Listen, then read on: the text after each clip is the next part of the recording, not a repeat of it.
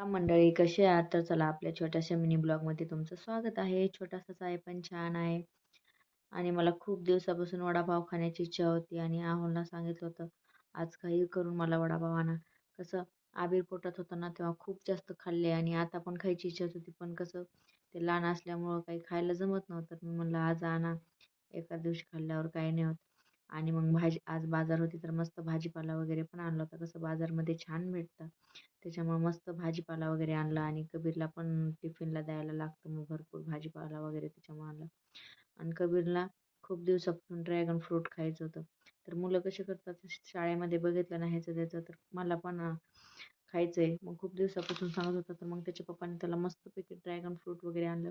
तर कसं 2 दिवसात 3 दिवसात असं टिफिनमध्ये देता येतं. त्याच्यामुळे मस्त मस्त आणले होते. तर मग कबीरसाठी पण थोडंसं ठेवलं होतं. तर बघा किती छान आणले होते.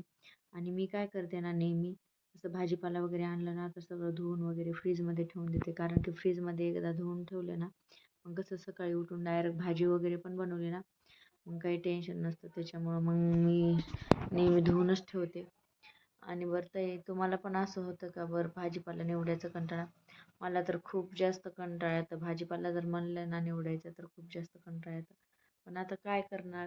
सकाळी टिफिनला देण्यासाठी तर सगळं तयारी तर करून ठेवावंच लागेल ना. आणि एक बाळ पण मध्ये मध्ये परेशान करतं. तर बघा जोपर्यंत मी भाजीपाला वगैरे तोडत होते तोपर्यंत बघा कुठपर्यंत गेलं. खूप आगाऊ आहे.